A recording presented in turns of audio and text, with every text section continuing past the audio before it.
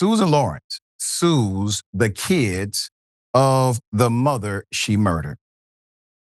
Let's just get into it, man. Put a full mask. A Black 35-year-old single mother of four was shot dead in front of her 9-year-old son by her 58-year-old white neighbor, Susan Lorincz. We brought you that story, and we brought you multiple updates to that story at Indisputable. This happened in Ocala, Florida, in what local authorities say was the violent culmination of a multi-year feud amid allegations that the killer was motivated by racial animus. Ajike Owens' killer, Susan Lorincz, now wants to sue Ms. Owens' children for slander, libel, and defamation. We have the updates, but first, a reminder of that case. Here it is. Tonight, body camera video revealing new details about the feud between two Florida neighbors that turned deadly. She calls constantly. Susan Lorincz making multiple calls to authorities about Ajike AJ Owens and her children for more than a year before she was charged with shooting and killing her. What you called for? I called because the lady across the street on the phone hit me with a sign. In February of last year, Susan Lorincz alleging Owens picked up a no trespassing sign and threw it at her as she walked her dog on Lawrence's property. Sheriff deputies asking Owens for her side. I picked the sign up and I threw the sign. I literally picked the sign up, and as I walked up, I threw the sign. I said, I can go and buy a sign too. It still doesn't mean anything. In April, Lorincz accusing Owens and her children of stealing her mail, calling her names, and trespassing. How are you? Aggravated. Okay, so what's going on? Okay, I've got young ladies who just keep coming by and think it's hysterical while I'm working to bring their animals and scream while I'm on the phone. But police say on June 2nd, that feud turned deadly. Lorincz confronting Owens' children for playing a field near her residence. Lorincz allegedly throwing an iPad and skates at the children. When Owens later knocked at Lawrence's home, her 10-year-old son standing at her side, police say the neighbor fired a single shot through the front door, striking Owens in the chest and killing her. That story is so sad and egregious.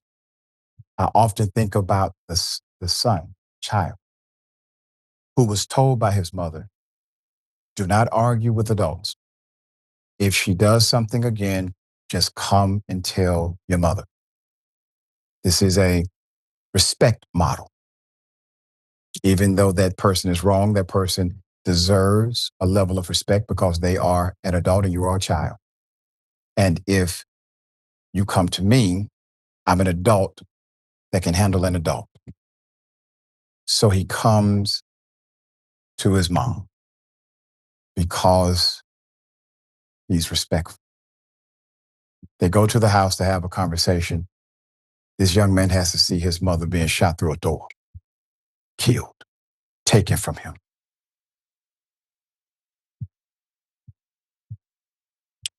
Newsweek reported that Lorincz, who was convicted of manslaughter after shooting Owens through a closed and deadbolted door, wishes to now sue the victim's children for slander, libel, defamation of character, according to a counterclaim filed in response to a wrongful death lawsuit filed by Owens' mother, Pamela Diaz. The suit was filed in June against Lorincz and the man who owned and operated the quadplex where the now 61-year-old resided. And it seeks damages in excess of $50,000 on behalf of Owens' estate. The ages of Owens' children at the time of the shooting range from 3 to 12, meaning the oldest child named in the filing could not be any older than 15 today. And these are young children who just lost their mother 2 years ago. Lorincz is still singing the same tune she's been singing since the night of the shooting, one that makes her out to be the true victim and everyone else involved, including the woman she shot and killed, to be victimizers. Netflix released the documentary film The Perfect Neighbor in January of this year, documenting Ajike Owens' story. The film features police body camera footage and interviews probing the aftermath of the state's controversial Stand Your Ground laws. The documentary, which consisted almost entirely of police body cam footage and video of officers interrogating Lorincz, shows exactly what was reported about the case at the time. That she, according to the arrest report, stated that she told a deputy she purchased 2 handguns after a previous confrontation with Owens. See, that sounds like premeditation to me. Okay. And that she admitted to, quote, possibly researching Stand Your Ground and self-defense laws before the shooting. That sounds like circumstantial evidence of premeditation to me. As if she was planning to kill someone in self-defense. That sounds like cover up after the fact, which is evidence of a guilty conscience. But she got a manslaughter conviction. According to court records, a deposition of Ms. Diaz is scheduled for January 21st. Lorincz has not yet officially filed a counterclaim. This is insanity. This is insanity. And hopefully a judge sees it as a frivolous suit and kicks it out. But hell, remember, it took the nation paying attention to this story for the woman to get arrested. So we're going to pay attention to these stories too, to let them know we have not looked away. All right. Okay. Dear brother, thoughts?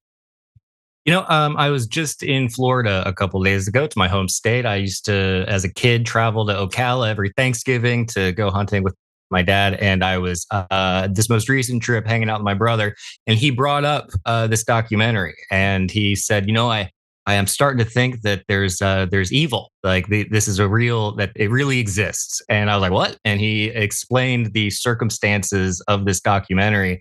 And even just hearing it secondhand, I was like, this is just unbelievably, as you said, tragic, insane, evil. There's something incredibly dark, I think, going on with this kind of person. And I also worry about stand your ground laws in a way that I don't think I ever have before. Because if you have someone who can use stand your ground laws in a way to who maybe is mentally unstable to inflict harm or, God forbid, end someone's life, then I think that needs to be actually seriously looked at, because this could happen again. And the fact that people can manipulate that law, specifically in states like Florida, I think is something that's going to continue to happen unless someone addresses it.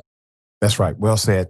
We will bring updates in January and find out what the judge ruled.